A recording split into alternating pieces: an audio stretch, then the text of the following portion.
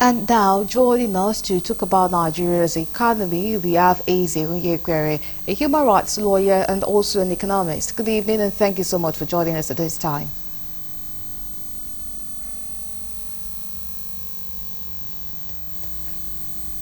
All right, thank you so much for joining us. So Nigeria's inflation rate is now at 34.80%. Could you please tell us, how do you react to it? What's your take on it? Well, it shows that the policies of the administration, in terms of the recent and the planned ones, is what you see manifesting in the inflation rate. If you recall, subsidy on petroleum was removed, which hiked the price of refined petroleum products. We floated the naira, and of course, the monetary policy rate has been consistently increased, increasing the cost of access to credits for the manufacturers and the private sector. And of course, insecurity has continued over the months, that farmers are not able to produce enough food as much as they used to do, leading to food inflation. So what you see is a direct response of the policies that the government has been implementing. Even new policies planned like increase in value-added tax, if that comes on board, of course, it will also increase the cost of goods and services. And of course, electricity tariffs have been increased, and telecom tariffs there's also a plan in place. They've gotten approval to increase it. So in essence, inflation will continue to be high for even 2025 and the greater part of next year until these policies are reversed and harmonized in such a way that inflation will begin to come down. But for now, what we see is based on the policies on ground. So the federal government has introduced many reforms in many areas of the economy.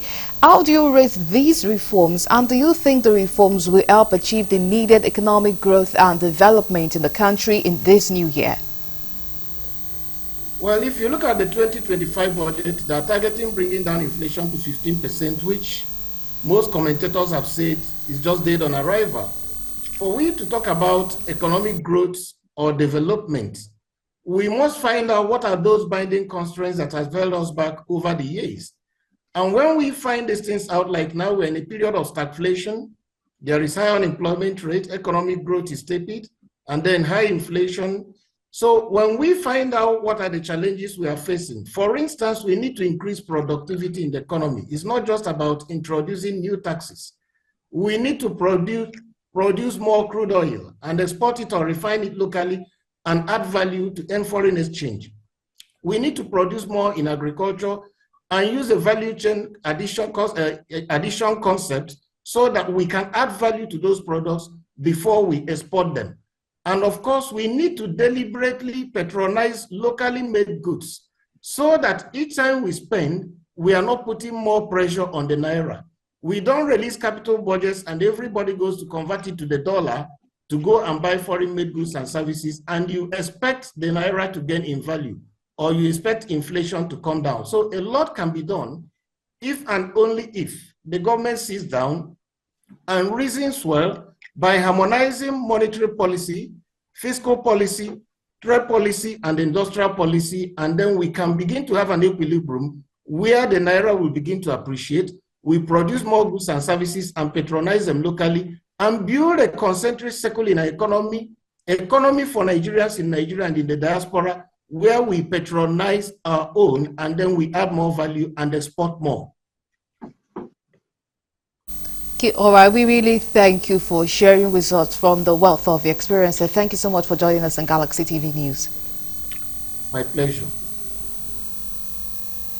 All right, that's Onyekpere, human rights lawyer and economist.